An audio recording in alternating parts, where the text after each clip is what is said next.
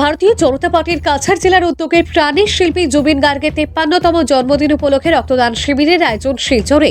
মঙ্গলবার প্রাণের শিল্পী জুবিন গার্গের 53তম জন্মদিন উপলক্ষে ভারতীয় জনতা পার্টির কাছাড় জেলার উদ্যোগে রক্তদান শিবিরের আয়োজন শিলচর নরসিং টোলা ময়দানে।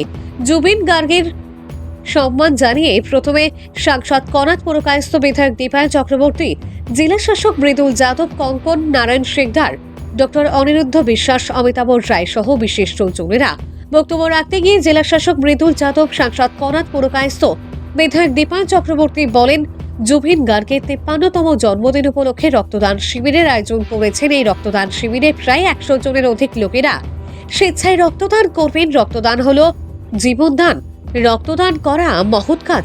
তারা আরো বলেন, জুবিন গার্গ সবসময় সবার হৃদয়ে বাস করবেন। তাছাড়া জুবিন গার্গের মৃত্যুকে নিয়ে কেউ যাতে রাজনীতি না করার জন্য সবার কাছে আবেদন করেন। আজি মই এই যে আমার ব্লাড ডোনেশন ক্যাম্প যিটো গোটেই ৰাজ্যত যিটো হৈ আছে, এইটো আমাৰ আপোনালোকে সকলোৱে জানে যে আমাৰ প্ৰাণৰ শিল্পী জুবিন গাৰ্গ কিছুদিন আগতে ঢুকাইছে। কিন্তু আজি তাৰ 53 আছে জন্মদিন, আৰু আমাৰ মাননীয় মুখ্যমন্ত্ৰী ডক্টৰ হিমন্ত বিশ্ব শৰ্মা মহোদয়ে ব্যতিক্ৰমী এটা কাৰ্যক্ৰম আজি লৈছে যে ৰাজ্যত 53টা স্থানত আজি এই এনেকুৱা আমাৰ ৰক্তদান শিবিৰ অনুষ্ঠিত কৰিছে। আমি যিটো ভাবোঁ সেইটো ব্যতিক্ৰমী এটা প্ৰগ্ৰাম, কাৰণ জুবিন গাৰ্গৰ জীৱন যিটো আছে, জীৱনটো যদি আমি পৰ্যালোচনা কৰোঁ তেতিয়াহ'লে আমি এইটো পাওঁ যে এজন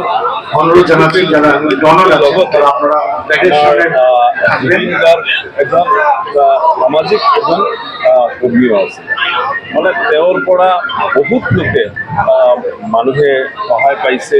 মানুহৰ দুখ কষ্টত তেখেতে সদায় মানে লগত তেওঁলোকৰ এই দুখ কষ্ট কেনেকুৱা মোচন কৰিব পাৰে সেইটো চেষ্টা কৰি গৈছে।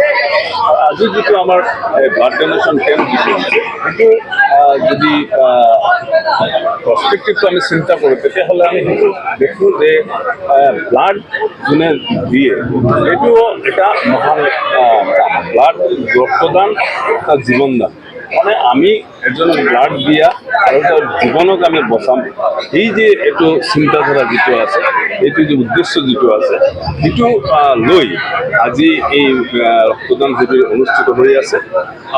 আমি আশা কৰোঁ যে আজি গোটেই ৰাজ্যত গোটেইকেইটা ৰক্তদান শিবিৰ যিটো আছে এইটো সফল হ'ব। আমাৰ ইয়াতে আমাৰ জিলা প্ৰশাসন আৰু আমাৰ শিলচৰ মেডিকেল কলেজৰ সহযোগত আমাৰ ভাৰতীয় জনতা পাৰ্টি কাছাড় জিলা কমিটিয়ে আজি এই প্ৰগ্ৰামটো আয়োজন কৰিছে। আৰু 100 বেছি আমাৰ ডনাৰ ইয়াতে উপস্থিত থাকিব, তেওঁলোকে ইয়াতে ব্লাড ডনেট কৰিব। সেইটো কাৰণে আমি সকলোক শুভেচ্ছা দিছোঁ আৰু জুবিন গাৰ্গৰ প্ৰতি আমাক শ্ৰদ্ধাঞ্জলি জনাই আপুনি আপোনাৰ বক্তব্যত এটা কথা কৈছে যে politics over Zubeen's death is not expected, এইটো কাম্য নহয়। এইটো কি ক'ব, মানে কি? সেইটো কথা আমি মানে আপুনি চাওক, মানে জুবিন গাৰ্গ যেতিয়া ঢুকাইছে তাৰ পিছত মানুহৰ যিটো আৱেগ আমি লক্ষ্য কৰিছোঁ, কাৰণ মানুহৰ জীৱনৰ আটাইতকৈ ডাঙৰ প্ৰাপ্তি হৈছে এইটো। মানুহজন যেতিয়া মানে আমাৰ সংসাৰত নাথাকে, পৃথিৱীত নাথাকে, এতিয়া যদি মানুহে মানে শ্ৰদ্ধা সহকাৰে তাৰ যদি নামটো স্মৰণ কৰে, সেইটো এজন মানুহৰ জীৱনৰ সাৰ্থকতা। আৰু জুবিন গাৰ্গৰ ক্ষেত্ৰত আমি সেইটো দেখিছোঁ, এজন শিল্পী হিচাপে জুবিন গাৰ্গক মানুহে মানে একদম কাষত টানি লৈছিলে, আৰু এটা অভিব্যক্তি মানুহৰ পৰা আমি পাইছোঁ, গোটেই মানুহৰ, অসমৰ মানুহৰ পৰা, ভাৰতবৰ্ষৰ বহুত মানুহৰ পৰা। কিন্তু তাৰ পিছত আমি যিটো লক্ষ্য কৰিছোঁ যে কিছু এটা প্ৰচেষ্টা হৈছে যে জুবিন গাৰ্গক মৃত্যুক লৈ কিবা এটা ৰাজনীতি এটা বাতাবৰণ এটা সৃষ্টি কৰাৰ কাৰণে এইটো আমি কেতিয়াও আমাৰ কাম্য নহয়। কাৰণ জুবিন গাৰ্গ এজ এ শিল্পী আমি জুবিন গাৰ্গক শ্ৰদ্ধা কৰোঁ। আমি সেইটো চাওঁ যে জুবিন গাৰ্গ এজ শিল্পী হিচাপে একদম মানে ডাঙৰ শিল্পী হিচাপে আমাৰ মনত থাকে।